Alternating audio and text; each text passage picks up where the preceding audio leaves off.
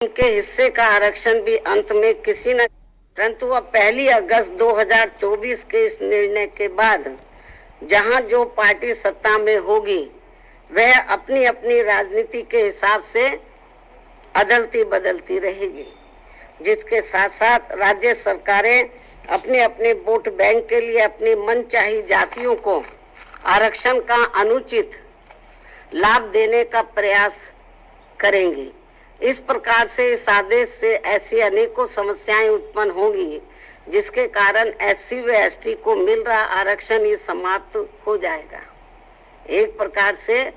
SC व ST को मिल रहा आरक्षण ही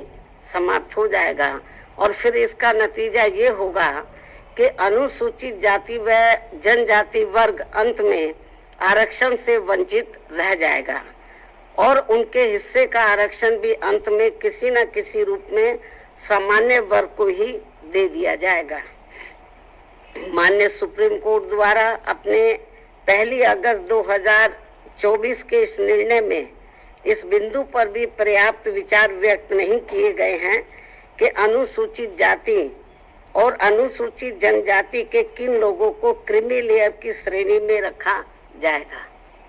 और यह तय करने का क्या मानक होगा कि किन लोगों को अब आरक्षण की आवश्यकता नहीं है तथा इस कार्य के लिए अब राज्य सरकारों को राजनीति करने का पूरा मौका मिल जाएगा। माननीय सुप्रीम कोर्ट के इस निर्णय के बाद यदि अनुसूचित जाति और अनुसूचित जनजाति के भीतर उपवर्गीकरण किया जाता है तो वर्तमान में लागू आरक्षण के अनुसार सरकारी नौकरियों और शैक्षणिक संस्थानों में अनेकों पद रिक्त रह जाएंगे, क्योंकि जिन सीमित वर्ग की उपजातियों को आरक्षण दिया जाएगा उसमें रिक्त पद के सापेक्ष उतने अभ्यर्थी उपलब्ध नहीं हो पाएंगे और ऐसी स्थिति में ये बची हुई रिक्तियां अंत में सामान्य वर्ग के हिस्से में ही चली जाएंगी, जिससे समूचे दलित व आदिवासी समाज के पिछड़े हुए लोगों को काफी नुकसान होगा और उनमें असंतोष की भावना उत्पन्न होगी। इसके साथ साथ माननीय सुप्रीम कोर्ट के निर्णय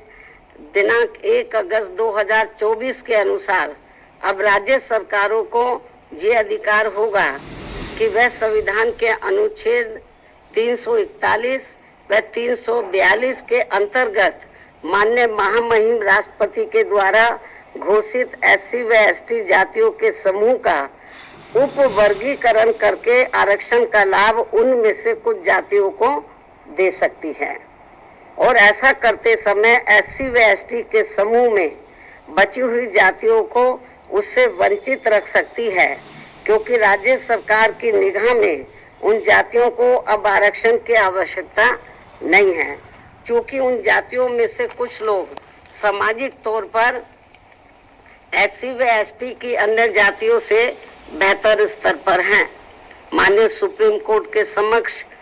इस उप वर्गीकरण के पक्ष में जोरदारी से दलील रखते समय बीजेपी द्वारा केंद्र शासित सरकार के attorney general, solicitor general, Punjab में आम आदमी पार्टी की सरकार के महाअधिवक्ता, हरियाणा एवं चंडीगढ़ की ओर से अधिवक्ताओं द्वारा ये महत्वपूर्ण तथ्य नहीं रखा गया कि वर्गीकरण के तहत जिन जातियों को लाभ से वंचित कर दिया जाएगा उन जातियों में अभी भी लाखों व्यक्ति ऐसे होंगे जिनको आरक्षण का लाभ नहीं मिल पाया है और अब उन्हें अनुच्छेद 341 एवं 342 के तहत